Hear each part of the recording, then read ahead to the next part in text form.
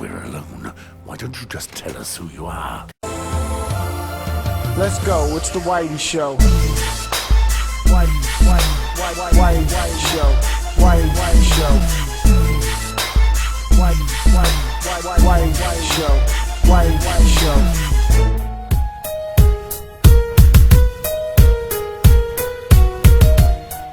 The game starts off with Moors of the Night Watch, a Night Watch brother who slowly unravels the truth about traitors in the area. The farther he goes and finds out who is betraying who, he meets a girl and now is on a mission to protect her and find the secrets behind all the mystery in the north and the south. Me. But I wouldn't say it was serious. How do you know him? I fought beside him during the rebellion. Okay, I'm gonna stop that. I know it's annoying. Well, our hero Alistair, and the other main character is a lord, begins to slowly try to reclaim his land. After 15 years, he returns home only to find out that his land is in a mess. His brother, bastard as in an actual bastard and not a son of a bitch you bastard type, wants to marry his sister, which is just pretty fucking gross, but this is, you know, Song of Ice Fire, and claim the land. Valar is an interesting bad guy just because of the fact that he's sneaky, he's brutal, and he's just an asshole. Alistair slowly tries to reclaim his land and unravel the truth behind the mystery in King's Landing. What is this man being accused of? My lord, this man was seen in the port, where the rioting broke out. And you suspect that he is responsible for this unrest? One of our guards was killed in front of the storehouse. Someone must pay for that. Let him go. Very well. The game benefits from you reading the book and even watching the TV show. The game does a good job of explaining characters and backgrounds to you, but it's even more fun to see the characters and areas that you read about in a video game. Going to explore the north, the hideouts, and even King's Landing is both interesting and fun.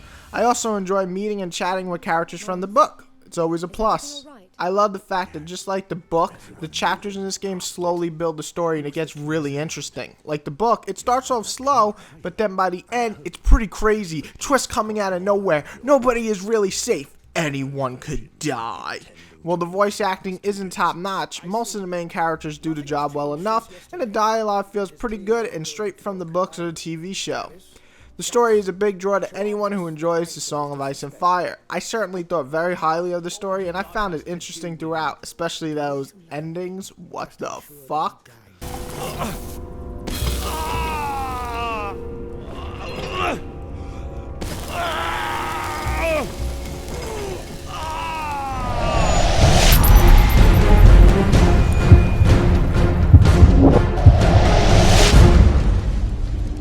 Okay, graphics. I mean, you're looking at them, and this is probably going to turn most people away because most people don't like to play with shitty graphics. Graphic-wise, the game is ugly in most ways. It kind of looks like Dragon Age 1, but even on a lower budget. The ugly faces mixed with the bad textures really hold back the title. Nothing really looks amazing, no good effects per se, and even the stiff movements take away from some of the action scenes. What does work is the amount of detail put into the source material. The armor all look like they be in the series, especially some of the later on armors, and, you know, kind of just look like the book more so than the TV show. And don't get me wrong, while I love the TV series, I feel the game does an even better job of getting the armor feel right, and that's kind of important in this type of game.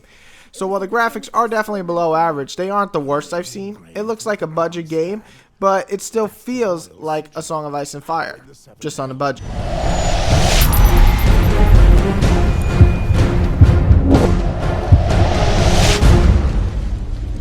Okay, now the gameplay. Hey, that could, you know, if the graphics suck and story's really good, James, the gameplay, how is it? Is it enough to play through? I think so. Gameplay-wise, the game gets a few things right, a few things wrong, and a few things I fucking question. First off, the game has balls. Why, you ask? Why do you ask, does this game actually have balls? You know, balls. Simple, really. Fighting and talking actually feel almost split in this title. Dragon Age had a good balance, but the characters, you would definitely fight more than you would talk in the long run. It's just how it is in most games. In this game, you actually feel like you talk as much as you fight, and that's something to admire, seeing as this TV series is definitely more political and has more talking than just going around slashing people and using magic. The fighting isn't the best system though, but it's hardly broken or terrible. It's a bit slow, but it reminds me a lot of Knights of the Old Republic. You'll queue up 3 moves and watch as your character slash and smash and do all these like little attacks and shit with knives. It's kind of funny watching the knives to their opponents. It's not all that amazing to watch, but since the game gives you a little challenge, there's a good chance that you'll open up your special menu or slow down menu and pick attacks. Upon opening it up, you'll choose different skills to help you win the battle, from sweeping enemies off their feet, knocking them down with a mace, or slamming them with your shield. The game's attack system definitely gets better as it goes on. You'll have plenty of differences in your characters from Alistair to Moore's fighting style, so it never really gets boring. See, as you can switch back and forth between every chapter with them.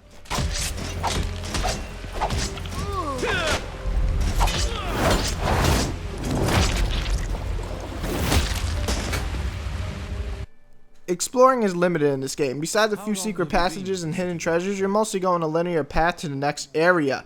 It wouldn't really be a big deal if it was like an adventure action game, but since this is RPG, and a pretty deep one at that, you can't really grind, making some matches far harder than they should be. Alistair's special ability is to light up rooms. Yeah, it's not all that awesome, but it'll help you find some special items and cool gear. More special ability, a bit more badass, he can skin change into a doggy. A doggy! In your dog form, you can sneak around and kill enemies to help you in advantages in battle. Basically, you'll jump on an enemy, tear out his throat, and then you won't have to fight him because, well, he's dead. You also get to sniff around and find secret items and such to help you. Breaks up the gameplay a bit, and it's not really that bad controlled. This position would be perfect for an archer. I must talk to the others when I see them again. You'll chat a lot, and that's good, because the story is so strong, and well, if you aren't a fan of the books, you might find most of these people boring to talk to. And the feeling of the books is special to someone like me who's a big fan of the books. I love talking to people in this game, learning more about them and finding their backgrounds, kind of relating to characters I know in the series. Finding out the secrets, avenging people and killing people, all that's interesting. And well, since talking is a big part, I put that as a plus in the gameplay. Like I said, I love the mix of fighting and talking, and it feels pretty even. However, if you're a fighting type and you don't like a lot of talking, this may be a big pass to you.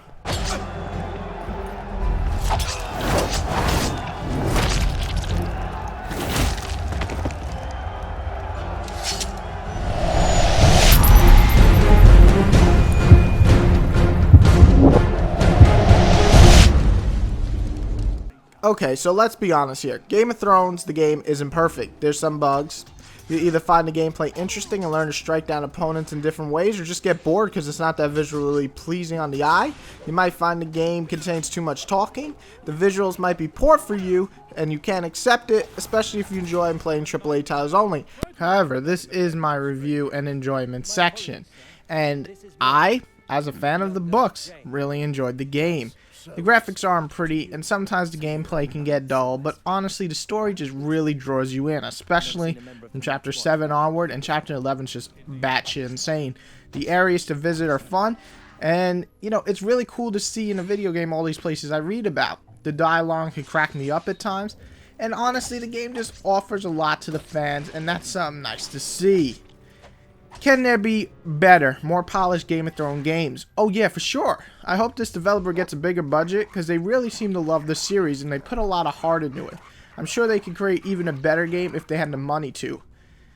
With 14 main chapters plus an extra chapter plus an epilogue, the game gives you a pretty good amount to go through. For now, I give them a lot of props creating a good Game of Thrones game, and I score it a 7 and really hope to see them create another Game of Thrones game. For the North! Well, kind of south because Alistair's in the south, but yeah, whatever. Go enjoy.